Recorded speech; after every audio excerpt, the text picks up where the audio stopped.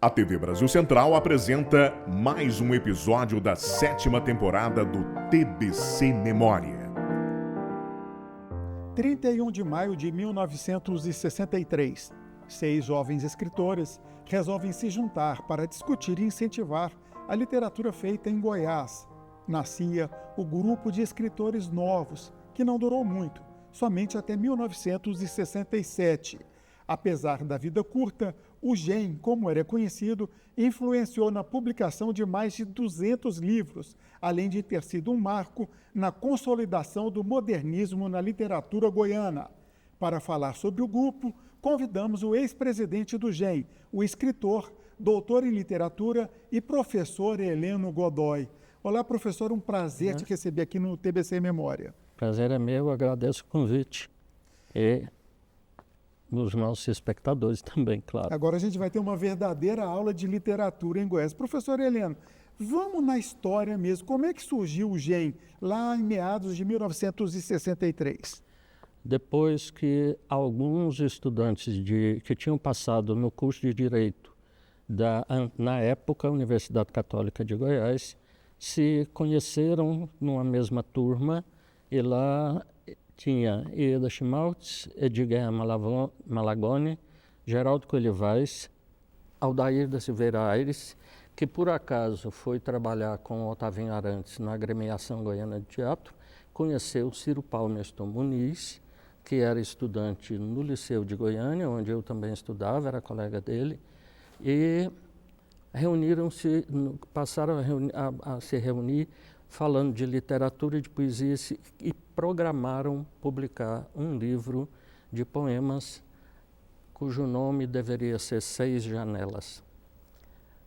Luiz Fernando Valadares se apresentou como poeta, entrou para o grupo, ele seria a 7ª janela e depois passaram a se reunir no ateliê do pintor, infelizmente já falecido também, Tancredo de Araújo. E o GEM surgiu aí quando Luiz Fernando Valadares propôs que não só eles publicassem um livro, mas que eles também estudassem literatura, produzissem literatura, divulgassem literatura, publicassem literatura. Para divulgação tem que haver isso. Foi assim que o GEM nasceu. E era um movimento, vamos colocar assim, rebelde no aspecto estético, queria fazer mudanças, sair do tradicional, do que tinha até aquela época. Era modernista? Modernista, sim. Embora naquela época a situação cultural em Goiás estivesse passando por um marasmo muito grande. E só veio a ser piorada a situação com o golpe militar de 64, né? Mas o GEM foi fundado antes. O GEM era um movimento cultural, não um movimento estético. O GEM nunca lançou manifesto, o GEM nunca propôs alterações, o GEM na forma da produção da literatura. O GEM queria propiciar que um grupo de escritores e outros iguais que quisessem participar do mesmo movimento pudessem produzir a sua literatura, publicar a sua literatura. Nós fomos atrás de jornais para publicar uma página literária. Começamos a página literária do GEM no antigo Folha de Goiás. Depois o Popular também abriu, com o Gilberto Mendonça Telles, um suplemento literário também. Então, o GEM, dada a situação da década de 50, em que as vanguardas começaram, principalmente em São Paulo e no Rio de Janeiro, em São Paulo com o grupo Noi Grandes, e esse mesmo grupo depois criou o concretismo, depois veio o Mário Chamy com a instauração Praxis. O GEM tomava conhecimento dessas coisas, mas vamos fazer uma observação fundamental. O GEM não é uma espécie de cogumelo que nasceu de uma hora para outra. É que a passagem do final da década de 50 para o começo de 60 é a da fundação de Brasília, é do começo do povoamento de Goiânia. Goiânia passou a ser uma metrópole, ficou grande, porque até o final da década de 40 e começo da década de 50, Goiânia ainda era uma cidadezinha, você podia andar a pé por qualquer lado, e quando 3 ou 4 carros passavam, você perguntava o que está acontecendo, porque tem muito carro na rua hoje. Naquela época estava assim ainda. E depois disso é que Goiânia cresceu. Então o GEM não fez isso, o GEM apenas participou de uma mesma situação de alteração, mudança e de busca de novos rumos. Quer dizer que a gente pode dizer que ele é um reflexo daquele Brasil final dos anos 50, começo dos anos 60, de bossa nova, campeão, Juscelino, de autoestima. E tudo aquilo que significasse mudança. Cá entre nós, a década de 50 aqui era de marasmo. Gilberto Mendonça Teles tinha publicado 2 livros parnasianos, um chamado Alvorada, o outro Estrela d'Alva. Só depois de Planície é que ele começou a encontrar a sua própria linguagem e modernizou. Bernard tinha publicado O Tronco e Primeiras Chuvas, que é um livro de poesia, que é modernista da década de 20, 30, não era daquela época, que quando no Rio e em São Paulo, principalmente, acontecia a vanguarda, o povo aqui metrificava e rimava. E achavam que todos tinham que fazer a mesma coisa, escrever soneto, balada, canções. O GEM não se propôs a isso. O GEM queria encontrar a linguagem nova. Você citou aí 2 nomes consagrados da literatura goiana, Gilberto Mendonça Teles e Bernardo Ellis. Vamos primeiro ao Gilberto. Ele era crítico também literário e o GEM teve alguma rusga com ele? Como é que foi? Ele não aceitava muito bem o GEM? O que aconteceu? Essa é uma história meio comprida, mas eu vou resumir dizendo uma coisa. Houve uma reunião que o GEM promovia, e era o 3º ano, de uma noitada de poesia, convidados e bebidas, salgadinhos, aquelas coisas que se fazia naquela época. E se declamava poesia, que era o mais comum. Também ninguém ia ler um conto, muito menos um romance numa festa dessa, lógico, né? Com certeza. Claro, tinha que ser poema, e o poema é pequeno, curto. Não necessariamente poemas longos, para dar tempo para outros participarem. E o Gilberto participou de uma dessas reuniões, por acaso apareceu um espanhol chamado Félix Carbajal, a quem eu pedi que se manifestasse naquela reunião, fui eu que fiz isso, e o fulano desacatou a reunião inteira, começando por dizer que era contra a igreja e contra reuniões daquele tipo. O contra a igreja dele foi um insulto muito pessoal ao padre Palacim, grande historiador e também poeta, Luiz Palacim, professor emérito da Universidade Federal de Goiás, historiador de Goiás.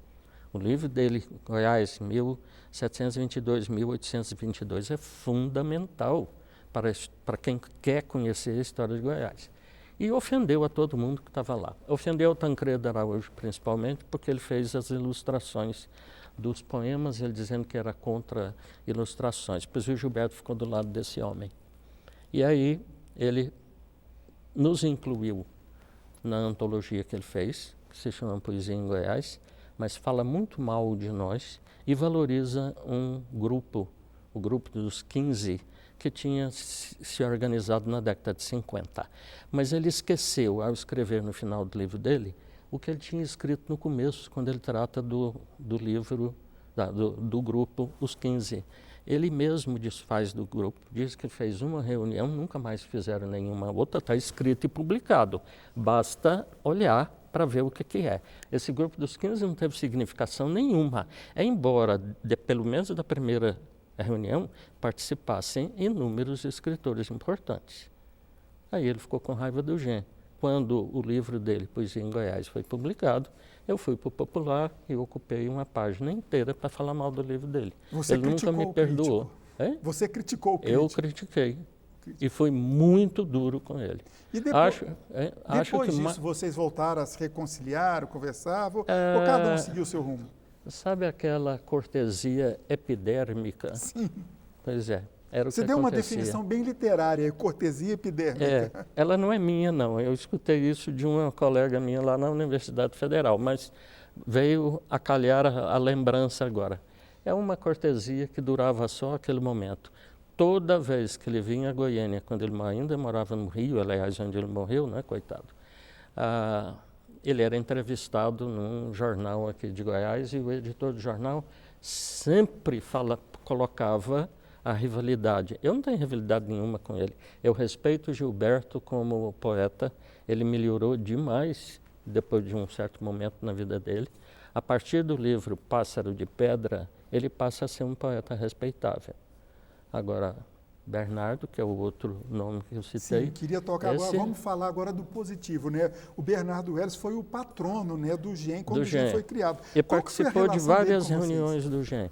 A gente estava reunido lá no Conservatório de Música da Universidade Federal, onde a dona Belquis nos permitiu reunir toda sexta-feira à noite. De vez em quando ele aparecia. Eu vim vigiar e cuidar dos meus afiliados. Ele é sempre muitíssimo bem recebido. Bernardo é uma pessoa fabulosa. Eu não tenho nada a reclamar do Bernardo e continuo considerando Bernardo um desses nomes fundamentais na literatura brasileira, uma obra que tem altos e baixos, mas aquilo que é de alta qualidade é de qualidade, sim, superior. Mas assim, de escola bem diferente do GEM, né? Porque o Bernardo era bem regionalista, né? Ele demorou um pouco a entender as posturas das vanguardas. Mas o Bernardo era um estudioso. Ele me mostrou um dia uma tradução que ele havia feito de um livro sobre o fluxo de consciência de um crítico americano. Quer dizer, ele procurava se atualizar. Ele gostava de ler autores novos. Eu li um dos escritores mais importantes da segunda metade do século XX, Jorge Semprún, que é espanhol de nascimento, mas escreveu, sobretudo na França, e que ganhou com um livro chamado A Viagem, Prêmio Formentor, que é um dos prêmios mais importantes de literatura na Europa. Quem me emprestou o livro foi o Bernardo. Leu Ulisses, sabia sobre, se interessava e procurava. Mas na hora de escrever, ele continuava com a tradição. E isso foi muito bom para ele, porque ele tem uma unidade de obra muito grande, coisa difícil de conseguir. Claro que se você for ler apenas um violão, não é a mesma coisa do que Hermos e Gerais. Você vê que caiu a qualidade. Mas Bernardo foi, né? Mas continua sendo, pela literatura que ele produziu, um grande escritor. Afinal de contas, ele é o nosso único imortal até hoje. Vamos para o intervalo, daqui a pouquinho a gente volta. Tá bom. TBC Memória, ajudando a preservar a história de Goiás.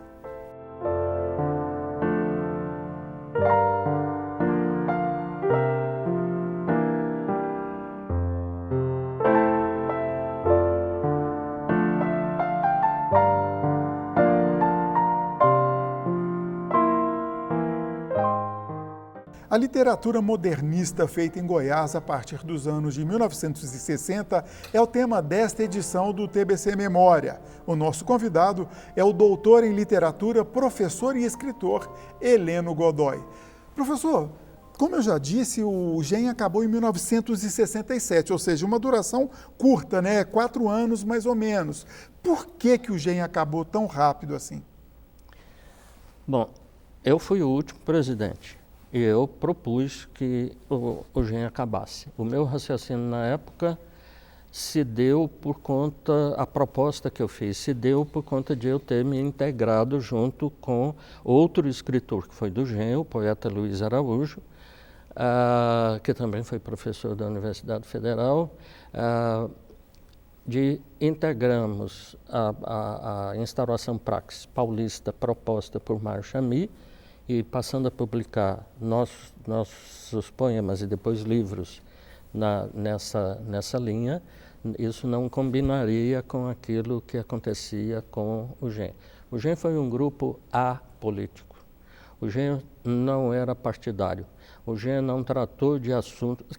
Quem tratou na sua obra do jeito que quis, falando aquilo que queria na sua obra literária. Como grupo, não.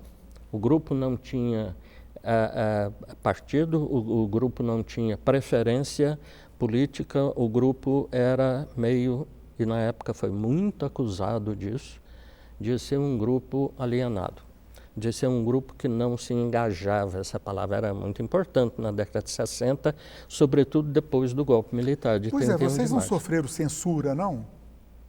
Eu sofri. Alguns outros, sim, não necessariamente ter o livro impedido de ser publicado. Mas no seu caso específico, o que foi censurado? O romance As Lesmas. Por quê? Porque ele se passa em 1964 e eu conto aquilo que acontecia na década de 60. E foi uma censura burra, como quase toda censura? Eu não quero... eu preciso falar de um jeito para não ofender uma pessoa que é muito cara para mim, que é o Taylor Oriente. Ele e o irmão dele, Zezinho Oriente, fundaram a Editora Oriente. Foram eles que publicaram o livro. Certo. O Taylor foi avisado de que meu livro corria risco de ser censurado e que eles poderiam perder dinheiro por causa disso. Acontece que o livro estava sendo subvencionado, pago, financiado pelo antigo Departamento de Cultura da Secretaria de Cultura e Desportos do Estado, quando o jornalista, grande jornalista, por sinal, e homem de cultura de padrão elevado, Domiciano de Farias, que era secretário, era diretor do Departamento de Cultura. Ele que pagou, portanto, o Estado é que financiou. Mas eles impediram, alguém disse ao Taylor Oriente para não publicar o prefácio do Bernardo, porque o Bernardo já tinha sido colocado para fora da Universidade Federal, já era persona não grata. Ligado ao Partido Comunista. Ligado ao partido, exatamente. E o livro trata de assuntos, digamos, que provocam problema. É um caso de relacionamento entre dois adolescentes e de um padre corrupto e pedófilo em um colégio da cidade. Você abordou tudo isso nos anos 60? Dos anos 60. Olha que interessante, hein? O livro foi publicado em 1969, o Gen já tinha acabado. Mas o problema que começou em 64, pelo qual o Gen passou, chegou até essa época. Agora, isso tem a ver com o Taylor Oriente, não necessariamente com a situação dentro do Gen. Eu já estava cansado daquilo, o Gen já estava aparecendo uma academia de letras ou coisa parecida. E eu levei... Mas tem problema ser uma academia? Você é contra a academia? Não. É que a academia já existia, quem quisesse entrasse para a academia. O Gen não precisava de ser um espelho ou uma duplicação de academia qualquer. O Gen se propôs a produzir, estudar e divulgar literatura. E para isso não precisava existir enquanto organização que reunia toda sexta-feira, que discutia toda sexta-feira, que brigava e fazia as pazes toda sexta-feira, porque era a convivência diária nossa. Não precisava tomar chá das 5? Não tinha chá das 5, porque era à noite que a gente se reunia. Pois é, mas e você e a academia? Como que sua relação com a academia? O que você acha de academia? Academia de Letras, é lógico. Não acho nada. Eu acho que quem gosta, entra, se candidata, enfrenta. Eu não quero. Nem se me convidar para brasileira, nem para francesa, porque o Vargas Llosa, apesar de ser estrangeiro, participou. Não estou me comparando com o Vargas Llosa, que é um dos maiores escritores do século XX, que o mundo já teve, então merecidamente estava lá. Mas a academia francesa mesmo errou muito, porque nunca deixou Molière entrar. Ele entrou posteriormente em efígie, botaram o busto dele lá e fizeram com que ele entrasse. E é a primeira academia do mundo, e ela foi fundada por Richelieu. Pelo cardeal? O cardeal Richelieu, primeiro-ministro, e tudo, com toda aquela tramóia que aparece nos Três Mosqueteiros do Alexandre Dumas. Não era flor que se cheirasse, né? O cardeal Richelieu. Não, mas isso não é um motivo para não entrar para academia nenhuma. Eu não participo de nenhuma das instituições, e respeito todas elas. Mas eu não acabei com o G por causa disso. Eu disse que parecia uma academia, então quem quisesse entrasse para a academia. Entraram. Inúmeros membros que foram do GEM, Emílio Vieira foi o último a morrer, Miguel Jorge, Maria Helena Cheim, eram do GEM e entraram na Academia Goiana de Letras. O que tem isso? Nada, não tem importância nenhuma. Só que eu nunca me candidatei e não vou me candidatar, só isso. Agora, apesar do GEM ter morrido logo, né, durou apenas 4 anos, deixou muitos filhos, né? Vocês, como eu disse na abertura, o GEM gerou pelo menos 200 livros. Especifica isso para a gente. O problema é que o GEM não foi um movimento estético. Se ele não propôs linguagem nova, ele aderiu a linguagens propostas por outros grandes poetas, como é o caso dos concretistas, é o caso do Mário Chamy, Ferreira Goulart. Ferreira Goulart começou como neoconcretista, publicando livros que, se você lê hoje, os livros iniciais dele, não tem nada a ver com Poema Sujo, que é um grande livro. Mas a obra inicial do Ferreira Goulart é meio abstrata, meio futurística, é difícil para você ler, uma poesia complexa, mas era a linguagem da época. Agora, o problema do GEM é que ele sobrevive nas pessoas que continuaram trabalhando, porque nunca houve grupo igual na literatura goiana. Nunca houve grupo parecido que tenha tido a constância de trabalho e de publicação, criação e publicação que o GEM teve. É por isso que nenhum outro grupo... existem grupos de amigos, mas eles nunca se apresentaram como grupo literário. E muito menos propuseram mudanças estéticas, como o GEM também não fez. Apesar de Gilberto Mendonça Telles nos criticar exatamente por conta disso. Só que isso é mentira dele, porque nós nunca nos propusemos a isso. Então, o problema do GEM é o esforço que ele fez e que continuou na obra individual de cada um dos seus participantes, desde que o GEM acabou. Quer dizer, acabou o GEM, os escritores não acabaram, continuaram trabalhando. Eu acho que essa é a grande importância do GEM. E a maior prova disso é justamente, né, esse livro que eu estou aqui na mão, GEM 60 anos, a sua publicação mais recente. Fala um pouco desse Poemas do GEM 60 anos e do que vem por aí. Você está produzindo mais, né? Sim, eu estou. E os genianos que estão vivos ainda estão. Nós publicamos ao longo da nossa convivência, tanto no GEM como grupo instituído, como depois nos desdobramentos individuais de cada um dos membros que pertenceram ao grupo, nós publicamos primeiro Poemas do GEM. Não tinha mais nada, porque foi logo em 1966, foi publicado, nós éramos 14. O GEM começou com 6 mais 1, que era Luiz Fernando Valadares, 7 escritores. Era para publicar um livro, esse livro não saiu, mas saiu a primeira antologia, Poemas do GEM. Aí já éramos 14. Na celebração de 30 anos depois, mas o livro não saiu em 1993, saiu em 94. Ele foi lançado na casa da Dona Belkis, numa celebração mais íntima. Da Belkis Spencer era musicista. Ela tinha sido madrinha nossa, de uma certa forma, a permitir que a gente se reunisse lá no... Depois nós passamos para a UB, para nos reunir na UB. E saímos do conservatório. Essa segunda antologia foi celebrativa da fundação do GEM, 30 anos. Então, Poemas do GEM, 30 anos. 3 organizadores, Miguel Jorge, Reinaldo Barbalho e eu. Nós colocamos quem quis participar. Da totalidade de 20 e tantos, 24, 23, não me lembro direito agora, participaram, mandaram pelo menos um depoimento, um poema. Alguns não mandaram poema porque não eram poetas, é o caso do Tancredo Araújo, que era pintor. Ele apenas disse o que era o GEM para ele na época em que ele participou como fundador, né, do GEM. E essa antologia aí é celebrativa de 60 anos da fundação do GEM, 2023. O livro acabou saindo em 2024, como o segundo. O primeiro tinha que sair depois, porque o GEM tinha que existir primeiro para depois fazer a antologia.